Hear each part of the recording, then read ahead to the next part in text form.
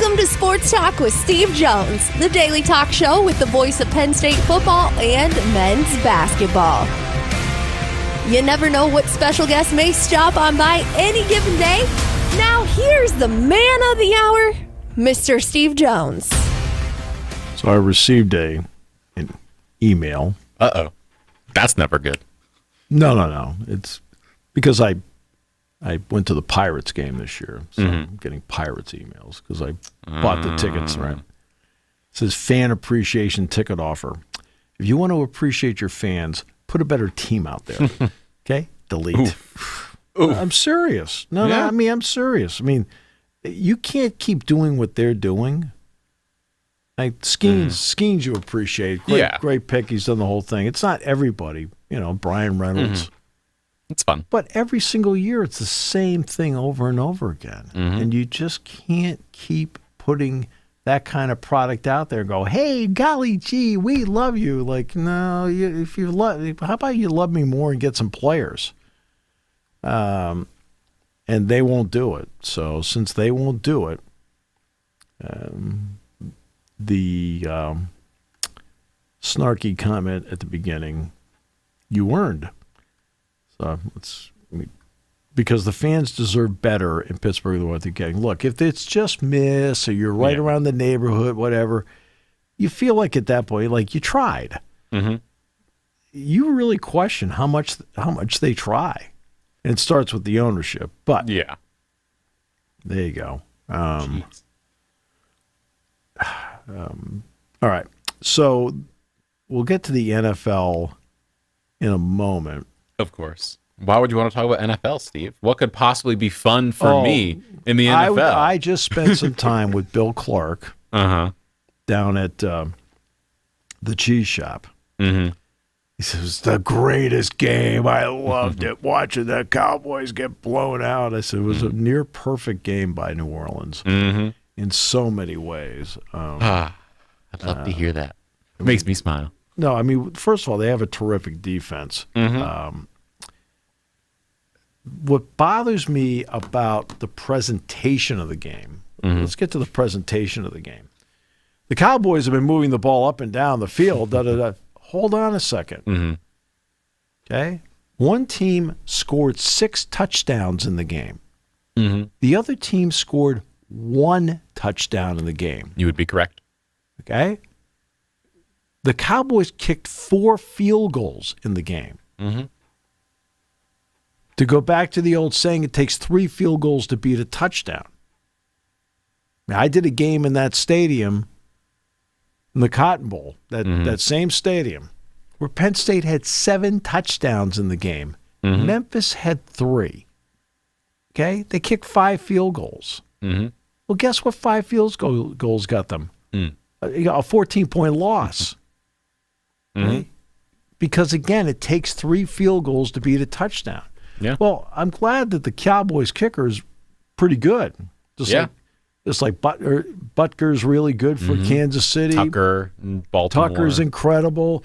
We saw last night Fairbairn kicking a 59-yard field goal for Houston in one of the most boring games I've seen in a long time. There was a lot of boring NFL games. The NFL is warping toward boring here. We'll discuss. The Saints were not boring. We will yesterday. discuss the boring in a second. Okay, the Saints were not boring. They were exciting. Kamara was great. Hill was great. Carr played well. The defense, I mean, with abandon, I thought played really well. They really negated Micah Parsons. And you know what? Part of it, just to get a little bit here on the Saints. As a Saints fan, I was very low on them going into this season. Right. As I think pretty much every other Saints fan was. We were the most negative fan base in the NFL in terms of our team's outlook. The projection was like 9.5 wins.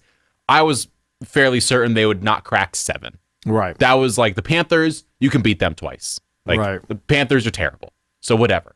But the rest of it was where we were like, we have no idea how bad this team is going to be. Because we saw it a year ago. They were terrible with pretty much the same team, but with downgrades across the board. Spoiler, they are not terrible. Out of every single drive Derek Carr has played, there is only one the Saints have not scored, and it was the interception he threw last night where Chris Olave slipped on a route and then tipped it into the arms of whatever cornerback it was. That happens. It's the only one they have not scored on. Right, but that is happens. Crazy. I mean, right now, Tampa Bay and New Orleans are the two best teams in that division. They will battle it out at some point to see. They'll get to see each other twice. You will see them. Saints' upcoming schedule, by the way, just real fast, Steve. Eagles next week, Falcons the week after, then they go to Kansas City, and then they get Tampa Bay. Okay. It is a long 4 weeks for the Saints. but at this point, you will find out how good they really are at this point. After the 4-game stretch, which will get them to 6 games into the season, which at that point you're about 38% or so into the whole thing. Right in that neighborhood, maybe a little less, 35%, because of 17-game schedule. You'll know pretty much what pathway you're potentially on. Yeah. So that's where they are. But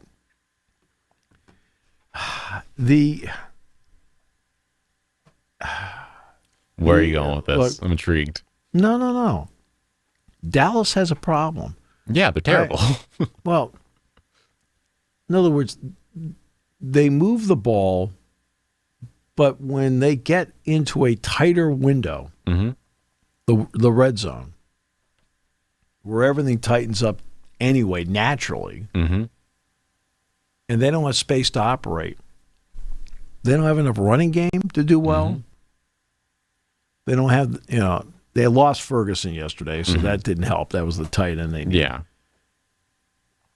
And he's not good enough. No. Now, is he better than what they can get? Yes. Okay, so I mean, in other words, anytime you get into these modes of I want to fire the coach, okay, great. Who are you going to get that's better?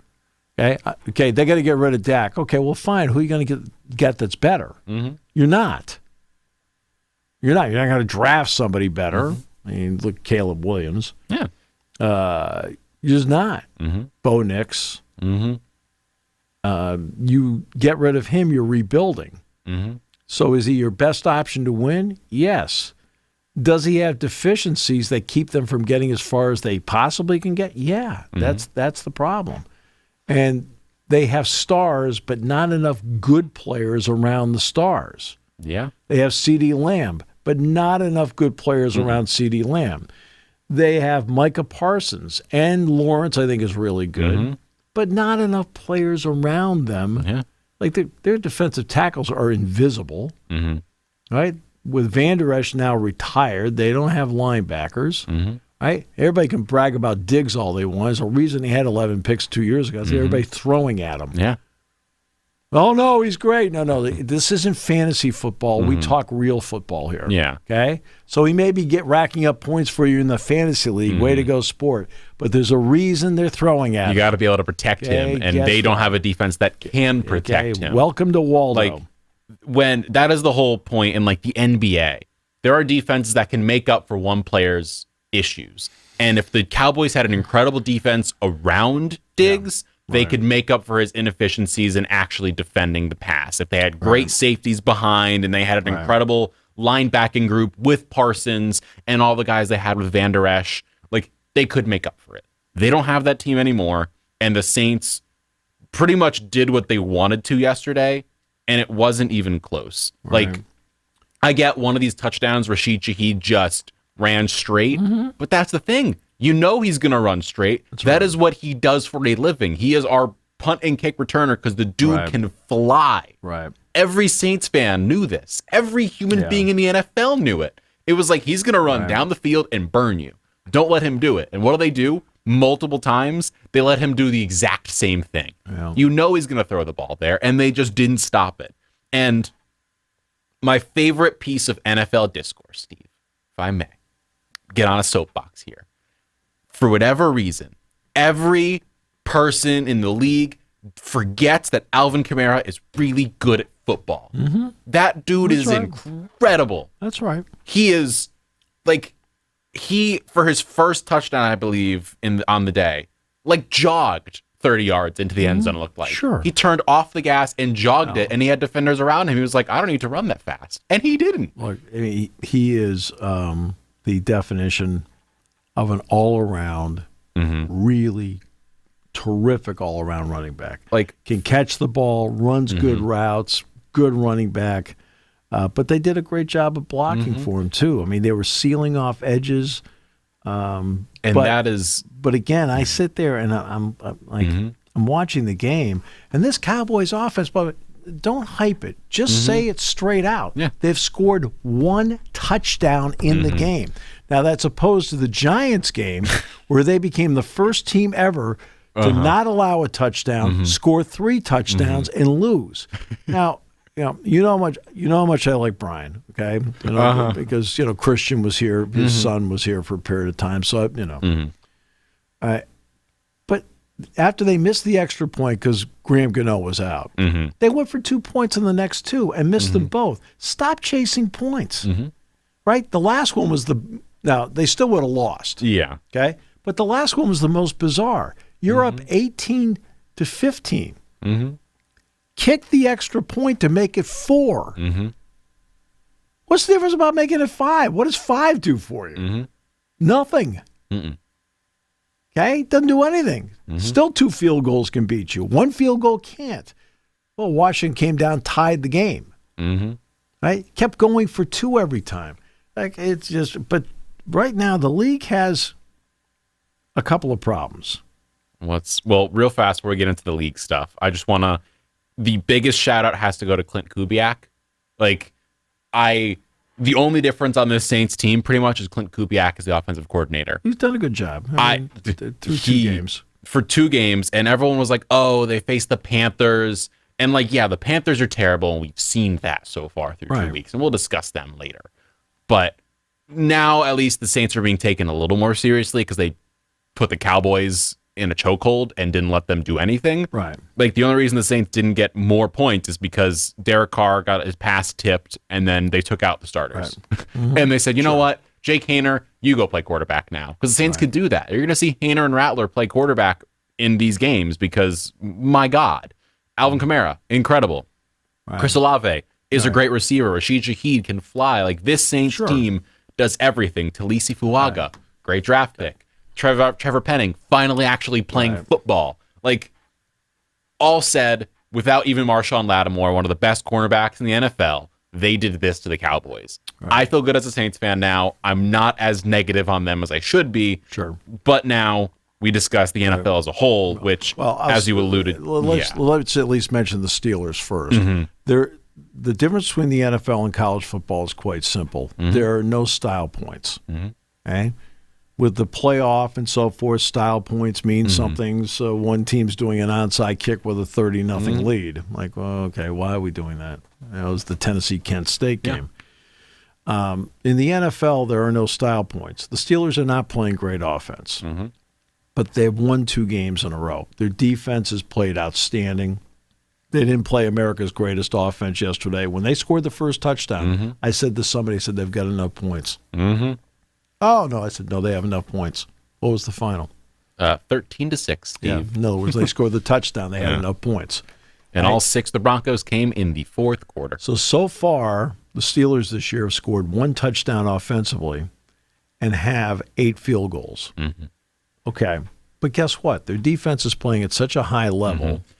They're 2-0. TJ Watt's a game wrecker. So that's all that matters to this point in the NFL, the fact that you are winning games. The Ravens have style points, and they're 0-2. Yeah. They got beat. The Ravens have lots. Or no, Rams got beat 41-10. No. 26-23. My bad. Brock Bowers had a big day yesterday for Las Vegas. He had 9 catches in that game. I kind of sat there a little, thought back for a moment watching it. And there was a great playoff game where Dave Casper caught one. It was called Ghost to the Post. And it was the Oakland Raiders and the Baltimore Colts. Now it's the Las Vegas Raiders and the Baltimore Ravens. You're like, things have really changed. And on Brock Bowers, real quick, I think it was the touchdown he scored where he did 4 pirouettes in the middle of trying to get tackled by someone, and he scored. It's really well done. And there's a reason they said, you know what, we're going to take him, even though we probably need other positions filled. We're going to take the most talented player in the draft right now, Brock Bowers.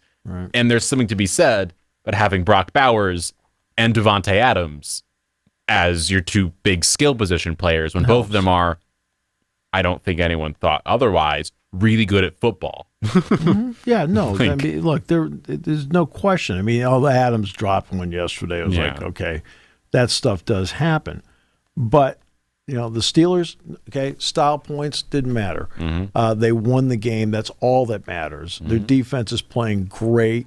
Their special teams have been terrific. The offense has been serviceable and has not done things to lose games.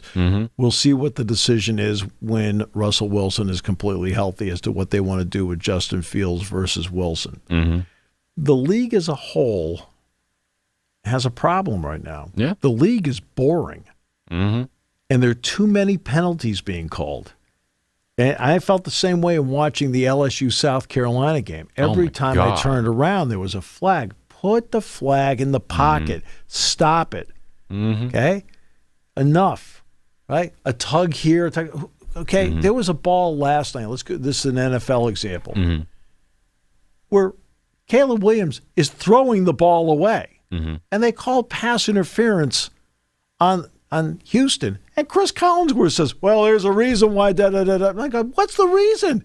Okay, Shaquille O'Neal couldn't have reached that ball. Okay? Keep the flag in your pocket. Okay? The tug had nothing to do with it. He threw the ball away because he was under duress.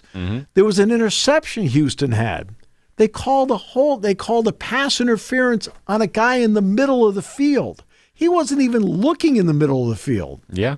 Okay? My biggest problem today in sports is simple. There are not enough people associated with the game, including officials, that have a feel for the game and what they are doing and seeing. It is always by the numbers, by the numbers, by the book. Stop it.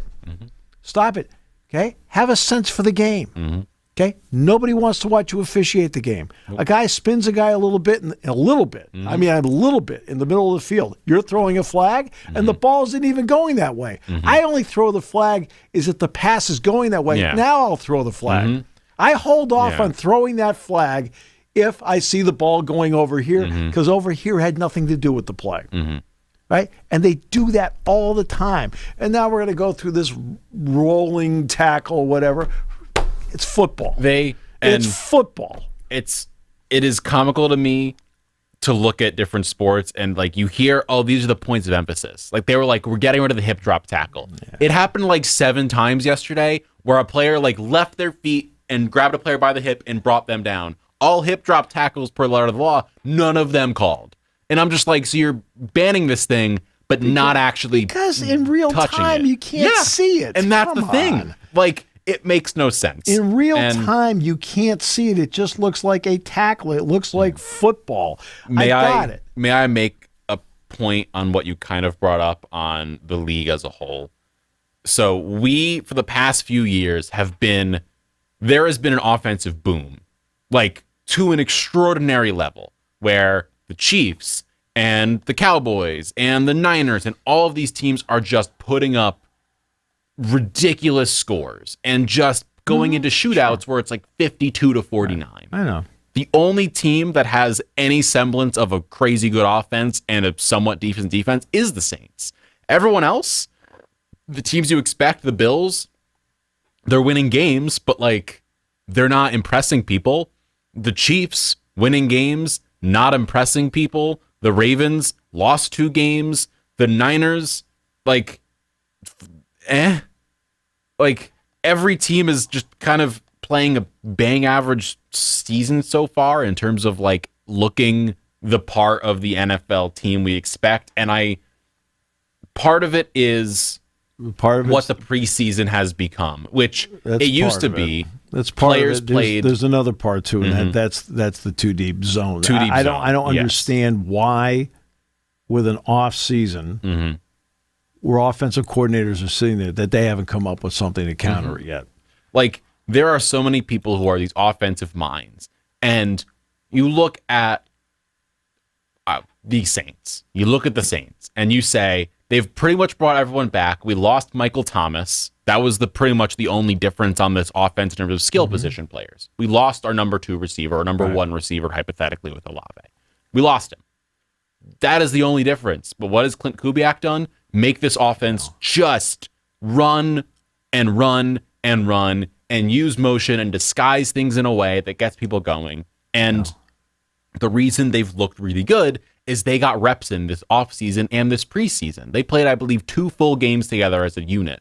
And that's what it used to be in the preseason, was you'd play 2 games as a starting group, and then all of a sudden, that third game, you flip it. The bottom line is, and by the way, the worst defenders are the fans. Sorry. Yeah. Oh, no, they might get hurt. You can't bubble wrap people. I've said this 1,000 times. You cannot bubble wrap players. We got to save them for the playoffs. Play them. Guess what? Play them. And if they get hurt, like McCaffrey has, they get hurt. It is part of the game. We have to accept that. Yeah. And you look at the Niners. McCaffrey gets hurt. What do? Jordan Mason comes in that first game and goes for 100-something yards and just torches the other team. Like, he looks incredible. Teams have to understand that players are going to get hurt. It's going to be part of it. But also that, like, you have to try in the preseason a little bit. Like, yeah, after a game and a half, if the team is humming and, like, there's clearly, like, they are working offensively, that's okay. Or if you're bringing back the exact same team from one season to the next, cool, I get it.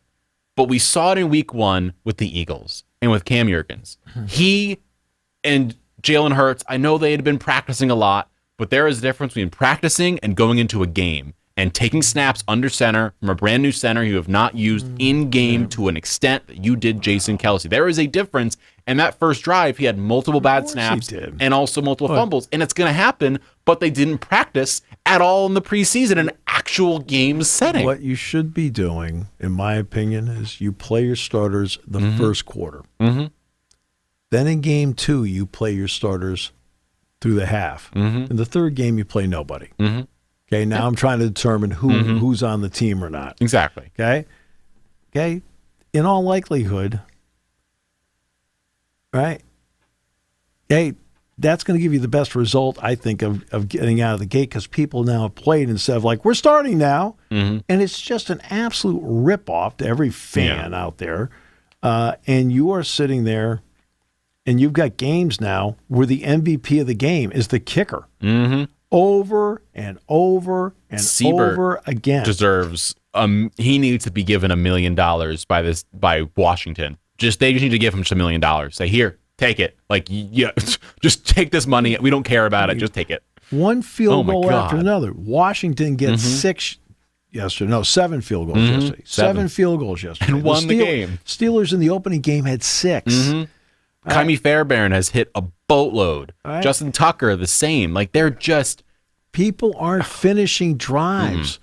And, yeah, it's great you got points. Okay, and again, the Steelers needed 6 field goals. They got all 6. They won the game. So I'm not criticizing the Steelers for winning the game. I'm talking about getting people excited about the game. I mean, as a Steeler fan, we won. Were you excited about the game, though?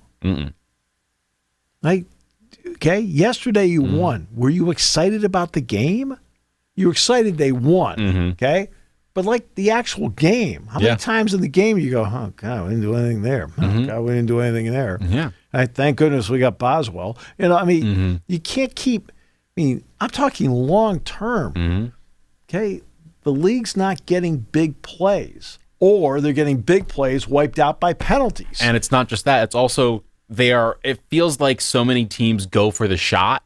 They go for the Rashid Shaheed 70-yarders, which are good, but you also need to get 7 yards on first down to put yourself in a position to keep on going the drive. You have to convert 3rd and 5s, and it feels like it's just not happening. And, like, part of it is that preseason, which we already kind of talked about, and part of it is, like, as I mentioned, we got so high on all of these offenses. We were like, oh my gosh, when he was in Seattle, Russell Wilson, oh my gosh, Aaron Rodgers, oh my gosh, Anthony Richardson's going to be incredible. And we hyped up all of these players as if they were going to give us 400 yards a game. Right. The part of the game we forgot about is that the defenses are really good in the NFL. The Saints defense has really good talent across the board. They are the greatest defense, Right. But my God, they play as a unit, and they look good doing it. Well, even Dallas has like a decent defense. Well, for example, take Caleb Williams last night. And this was a great point made by them. You know, the point about the pass interference thing was just like, there are points where you shouldn't talk. Okay. But on this one, they made a great point. In college, he'd have gotten away. In the NFL, he can't get away. The margin for error is so minute. In other words, so he's trying to scramble his way out of things. Guess what? NFL athletes are a cut above. Yeah. And thus they can get to him. I did have to laugh at Will Anderson last night going, I had him. Yeah. Right? That was one of those. He did get away. But it's not like being at USC or at Oklahoma where he could get away, keep a play alive, and then go from there. He didn't, he can't do that any longer. But the league has so far through 2 weeks. We'll see how the next 2 weeks play out. Now we're going to get into more of, the next 4 weeks, maybe the league starts to settle in and there are fewer field goals, more touchdowns. The first 2 weeks, there have been exponentially too many field goals. Yeah, and they're long. Yeah. I mean, you're talking. There's multiple 50-yarders. I believe the kickers are so good now. Let's give them credit. 34 of 36 beyond 50 yards in the first 2 weeks. Excuse me. There have been 36 field goal attempts of 50 yards or better in 2 weeks? It's crazy. That's too many. Right? And you're not even done with week 2 yet. Because tonight you've got the Falcons and the Eagles, and Elliott can hit from over 50 anytime he wants. But people want to see touchdowns. Yeah. Okay? There is a lot, and this is just something I was thinking about. There is a lot right now of just not good quarterback play. Is how it. It's a big problem. It's a big problem because you look at the better quarterbacks. Josh Allen isn't throwing the ball super duper well in terms of just giving the Bills a lot. I'm okay with Allen only because the running game's been good and he hasn't been asked to do a lot. That's not the issue. When you get to Indianapolis, Richardson has not been great. No. The only Will Levis has just been a train wreck and a dumpster fire, I think is a kind way to put it with Tennessee. Bo Nix hasn't. Daniel Jones has been worse. Yeah. Bo Nix hasn't been good. Caleb Williams, you go down the list, and all these guys are not playing well. And then of veterans, for example, Aaron Rodgers and Kirk Cousins are both coming off Achilles. They're going to get into the Monday night jinx with Kirk Cousins. It's just another one of those asinine storylines where you just sit back and go, "What are you wasting my time for? This had nothing to do with he's one guy." No, right? Stop it. Right? But it's really adorable. We're ESPN. We do adorable. No, you really don't do a good job at sports. Yeah. They don't. Cousins and Rodgers are both coming off Achilles.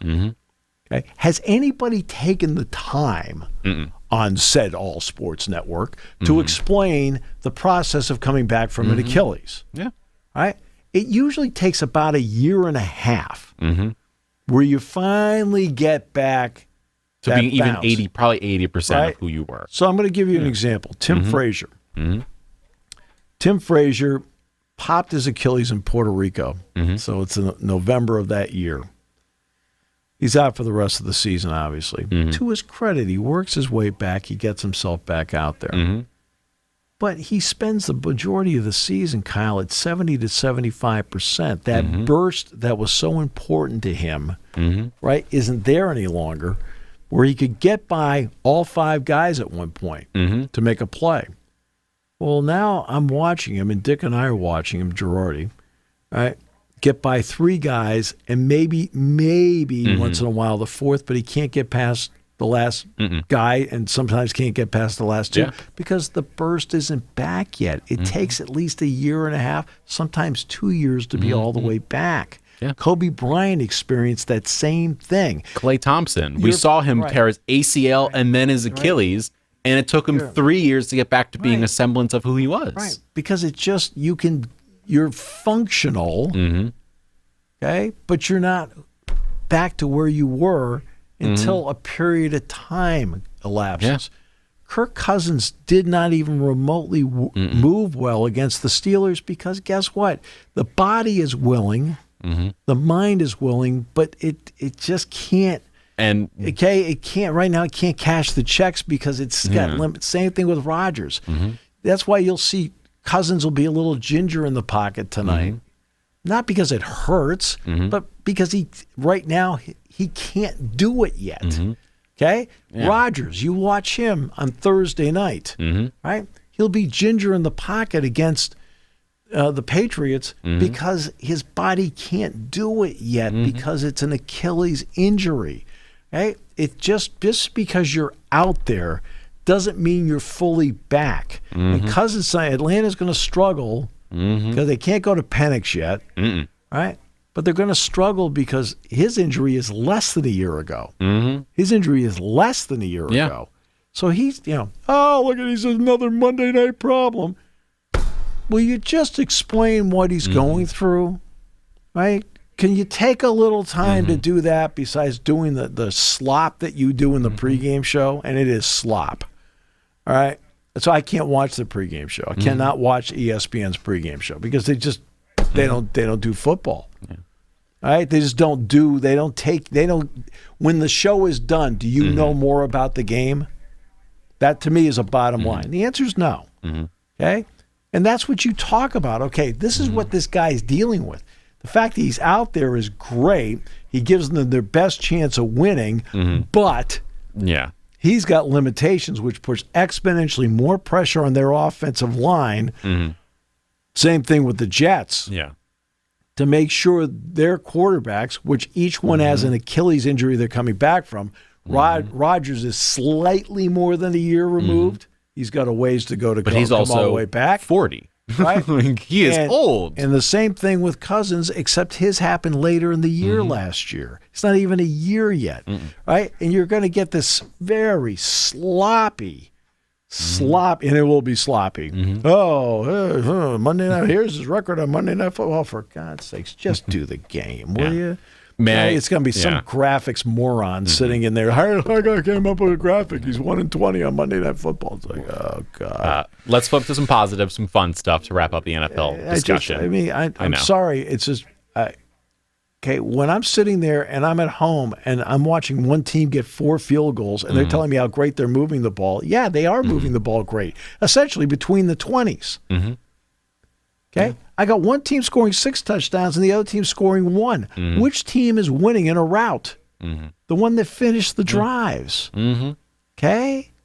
You got to tell the people at home about the game. Yeah, they're scoring, but they've got 4 field goals. Okay? They need to have 4 touchdowns and a field goal, not 1 touchdown and 4 field goals. I know. Right? And that's how you explain the game to people. Yeah. Like we're supposed to, oh, good, you got a field goal. Well, great. It's okay. Why do you think people are going for it on 4th down? Because they know they need touchdowns. And the Saints rocked it. And I want to now turn to the side of the ball that isn't the one scoring the points as much, but is the one that, like, I enjoy watching. For a decade, we had Aaron Donald as a game wrecker, just destroying any defense, any semblance of anything anyone ever did. We had it for a decade, and it was great. Really good player. My God, are TJ Watt and Aiden Hutchinson just like Aiden Hutchinson lived next to Baker Mayfield last night. 5 sacks. 5 of them. Right. How, if you are a defense... Right, but I sit there. But who won the game? I know the Buccaneers won the game. Right, and guess what? Mayfield was a big reason why. Okay, Mayfield kept getting up, and Mayfield, in a gutsy performance, kept making plays through a really nice touchdown pass to Chris Godwin. And yes, there's no question that they couldn't handle a guy. but they handled enough and made plays, and he scored. Mm-hmm. They scored some touchdowns in this game. Mm-hmm. They won the game on the road, no less. Mm-hmm. In so Detroit. there's no question. Watt is a game breaker, but he was a game breaker in a game that they won. Mm-hmm. Hutchinson had a great game, but not everybody in his team had a great game, and they lost. Yeah. Right? And there was a clock management problem, Mm-hmm. and to the credit of the head coach, Dan Campbell, he says, look, that's me. Mm-hmm. Right? Let's give credit where credit's due. When a guy sits there and says, you know what? I didn't handle that right. Yeah. But there is something fun and enjoyable about watching a really good player on defense just like do something to the other team where you're like, this is just not fair. For me as a Saints fan, for years, it's been Demario Davis. He is so good. He's a really good at player. Just everything in the game on the defensive He side will of the never ball. be a Hall of Famer, but he's going to be one of those really terrific NFL players who knows how to play, by the way. And he's want smart. him. He knows how to play. He knows how to play. He doesn't put himself in trouble, and you want him on your team. Yep. And someone who put his team in trouble yesterday, I know we're getting back to negatives, is whatever happened to the Jamar Chase. And he got into it with the ref because he was trying to get a call. He was like, why are you not calling that pass interference or whatever it was? Spoiler, it was not pass interference or any semblance of it. And then he got in the ref's face. Joe Burrow and the Bengals drag him away.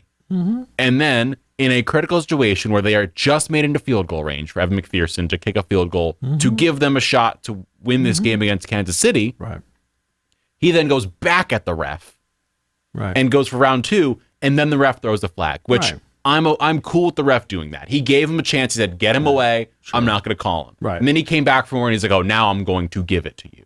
Like, you can't do that.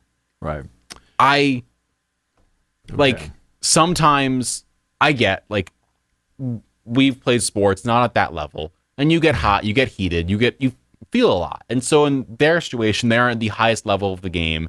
They are more stressed, more all of this stuff. And Jamar Chase has had contract issues because the Bengals and payments, whatever. But I understand that. You cannot put your team in that situation where you actively hurt them at a moment where you should not be. If you are mad, you internalize it, and you just don't go back at the ref. The selfish player, which he is, puts himself ahead of the team. Okay? You may be mad about it. I got it because it's an emotional game. It is an emotional game. But you cannot put your personal interest ahead of the team. Okay? I'm trying to win the game. I can't move my team back 15 yards because now I've got to be the center. I'm mad. Well, okay, you're mad. Okay, here's one for you. Go out the next play and make a play. Right? Yeah. And, okay, you can't let selfishness, and that was selfish. He may have been mad, upset, whatever. Okay? I think it was because of the roll tackle or whatever. The hip drop. Guess what? You weren't hurt by it. You weren't even remotely injured by it. Get up. Okay? Your team needs the 15 yards. Okay? And you can't go out there. Okay? You can't be selfish. Walk away. Okay? The game is not about you. It's about the Cincinnati Bengals. What can I do to win the game? Okay? You do that. That's a losing play. Oh, well, you think the officials, because you're yelling about, you know what? I think you're right. And per Alex Kemp, the referee who threw the flag, in the pool report after the game in Kansas City, said after he didn't make a call on the hip drop, Chase questioned him and shouted abusive language that went beyond any dissent over a perceived missed call, and Kemp gave him the out, which said, back away before I give you a flag, which is more than most refs will do. And then he backed away. That's the right thing. Because Burrow pulled them away. And he said when he came back and used even more aggressive language, then the flag came out. Which, like, shout out to Alex Kemp for having the ability to be like, yes, I get you're hot, back away, because you're saying things that I will happily call you on. And he gave him an out. Yeah, that's right. Which is that was done right. Which I want to see referees do, is give the player the out. And he did. And then Jamar went back for seconds, then he called him for the flag because, spoiler, like, you went too far. Right. And again, it's not about you in that personal moment. It is about your team. I am trying to win the game. I need the 15-yard. Oh, wait. Well, congratulations. Okay. And then he goes to the sideline, and Zach Taylor becomes one of the few coaches in the NFL actually said something to him. Most are like, I don't want to deal with it. Right? Okay. Says something to him, and he throws his helmet. Like, what are you doing? I know. Okay. This is about. Okay. What's maddening are pre-snap penalties. Penalties that happen in a play happen. Yeah. Tug of the jersey, holding, whatever it may be. Okay, it's probably a penalty on every play, but they're missed and they're not called but or I'm whatever. Just saying, yeah. But you get, like there was a holding call last night on that. What was it? I think it was on the Bears, where DeAndre Swift was blocking and he grabbed him and took a roll, and they said, "Now that's a holding penalty." Yeah, but the post, the post penalties are about selfishness. Putting yourself above the team. Yeah. Okay? Go back. Okay, now, the Texans got away with one last night, got through a punch on the sideline, like a legitimately, like, boom, right hand, and and they didn't see it. Okay. But you can't keep putting yourself, well, he was like, no. Guess what? He's wrong. He's wrong. Simple as that. Wrong. And they did get 3 points out of it because McPherson did kick the field goal. But it's that kind of a play like that may have prevented them from getting a touchdown. I mean, again, what's more important to you? Your anger in the moment or winning the game? Yeah. It's just, sorry, that's I appreciate the emotion and the power of it because emotion plays a role in every sport. There's no question about it. But you've got to understand what the fine line is. What? Are you proud of yourself? You just cost us 15 yards? Who are you mad at now? That he gave you a chance and then he threw the flag? Because you wouldn't back off. His own teammates are trying to pull him back. Come on. It's like his teammates were going in and yelling on his behalf. They're like grabbing him and pulling him back. I find it bizarre. It's bizarre. Georgia, Kentucky. Georgia won 13-12. Georgia has a game like this almost every year. A couple years ago, it was a game at Missouri. They were behind at halftime with South Carolina. They were behind at halftime last year against Auburn. They've had games like this. Yeah. This one seemed different, though, because they were out there playing Kentucky, which is no better than an average team. Okay? I mean, Kentucky got ripped apart by South Carolina the week before. Now, I know they're playing at home, but they're no better than an average team. And Georgia kind of... and Kirby's like, I found out a lot about my team. Yeah, I found out that you may not be as good as you think you are. Right? Let's see how they follow that up. That was interesting because Georgia, to their credit, found a way to win, but there are some deficiencies with this team that he has not experienced. And part of the deficiency on offense is the guy playing for the Raiders. Okay? Brock Bowers was the bailout on that offense over and over and over again. And it doesn't matter who they put in there. Yeah. Bowers is one of the great college tight ends ever. No getting around it. He's good at football. Okay? But he's one of the great college tight ends ever. So whomever's replacing him may be very good, but they're not going to be to that level. They're not going to have the feel of zones and coverages the way Bowers did. It's going to be interesting to see how Georgia reacts. Yeah. Moving forward, because they've got a game with Alabama eventually coming up.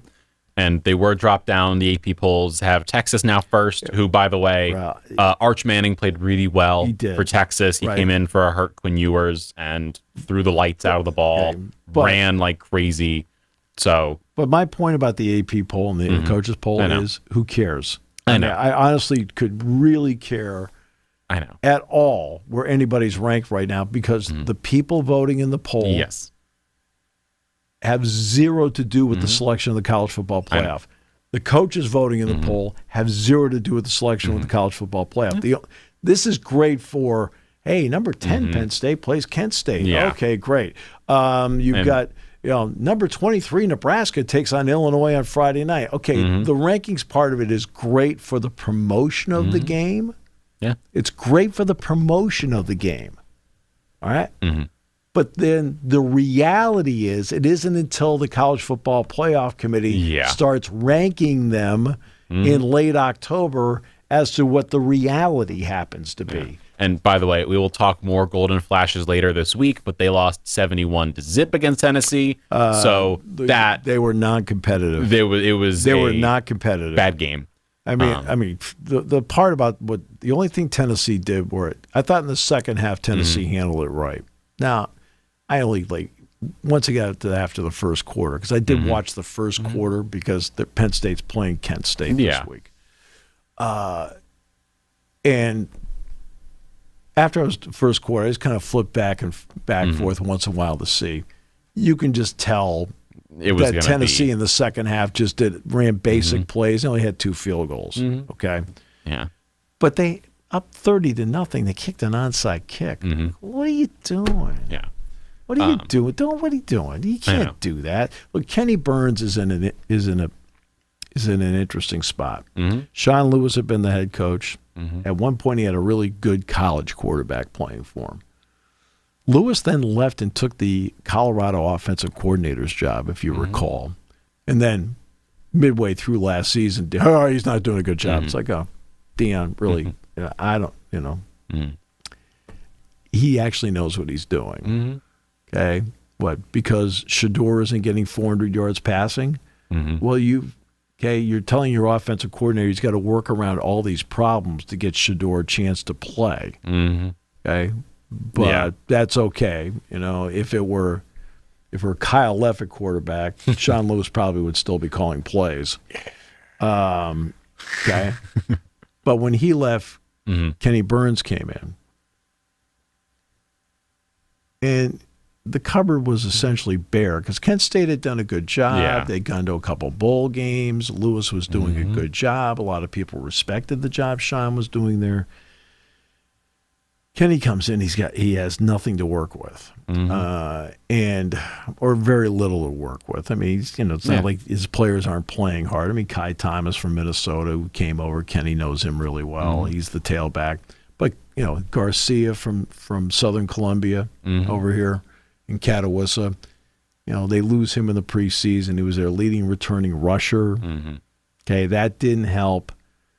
The quarterback situation so far has not helped. Floria,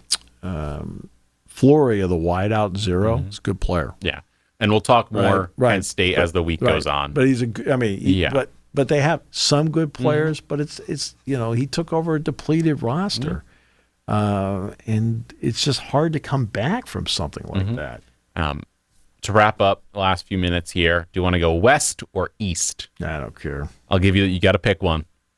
I'll go west. West. So the first fun one, going to the baseball side of things, Helio Ramos was he went the first right-handed hitter to hit a home run to McCovey Cove, which is such a crazy thing to say out loud. Well, have you ever McCovey Cove? First of all, is not as big as people think it is. No, okay, because I've been there. You're like, that's it. Yeah, but the problem is you got to hit it high enough over right field to get it there, and as a righty, it is tough to push it there. And guys like the Aaron Judges don't play a lot of games out in San Fran. So there's less of a chance of them to, and also they're always going to pull the ball or hit it to dead center more likely. So it's like the chances of hitting it to that spot is tough. So the fact that it's the first one to happen since 2000 when the ballpark opened is just so crazy to say out loud. The one guy I would have picked in his prime that could have done it would have been J.D. Martinez, who hits a lot of home runs to right center field. I would have thought at some point. But he hasn't played a lot in his prime out there. Yeah, he's with Arizona. Yeah. And yeah, he was a little bit with the Dodgers, but still. The other guy who hits the balls deep would have been Giancarlo Stanton when he was a Miami Marlin or Florida Marlin at the time. The problem is he pulls everything. He just hits the ball really far down left field. He really is. I know. But no. Whatever. And then going east. He'll be buying tickets to go to see the Hall of Fame. He will not be getting in. No. Despite what everybody's had said about him before. Yes. And then coming out east to wrap up here with 2 minutes to go, it was announced during the game, I believe, yesterday, the Red Sox versus the Yankees in the fourth inning. Red Sox broadcaster Joe Castiglione is going to retire at the end of the season. His 42nd calling the team. And as someone who watched Boston sports, who grew up in Connecticut, he's a voice I know. And so I wanted to ask you a little as well. He's a pros pro. He teaches. He had been teaching broadcasting at Northeastern. The irony always is that he got in doing the Red Sox about the same time I started doing Penn State basketball. But he's a little older than I am because he had done the Cleveland Indians before that. Yeah, they're the Guardians now, but they were the Indians. Okay. I don't play that game. I mean, it's like that's what they were when he called them. Joe. Right? So he has always been a pros pro. He's beloved by players, managers, fans love him. And he won the Ford Frick Award and was put into the Baseball Hall of Fame. Timing means everything. And he decided to go out as, he just went into the Hall of Fame. He decided to go out as what he perceives as being on top. And that's, and look, the guy has been everything that you would want a local broadcaster to be for your franchise. Loyal, makes great calls, and is a pro. And that's Joe Castiglione. I never met him. I mean, I know Dave O'Brien a little bit. Yeah. But I've never met Joe. And everybody tells me he's just a marvelous. Because Sean McDonough, because I've talked to Sean a lot, and he does some games with him. He says he's just, a marvelous guy. So wanted to shout him out, shout out Helio Ramos, and also shout out to the new Knicks voice, Tyler Murray, who did the Woo Sox. Yeah, that was an 2 years. Interesting pick. The Woo Sox, to their credit, over the years have now had 11 different people. Yeah. That have moved up, either to the major leagues or to other big jobs like this. They got broadcasters. All right. So they've done it, and this is Pawtucket or Worcester. I mean, I'm talking the combination. Worcester, But they've been a pipeline, that franchise, for guys moving up in the business. And he's the latest one, so good for him. Yeah, shout out to him. Thank you for listening to Sports Talk with Steve Jones, a 7 Mountain Media production. Come back at 11 every weekday for analysis of the latest happening in the sports landscape. From college football to European soccer, Steve and Kyle cover it all on Sports Talk with Steve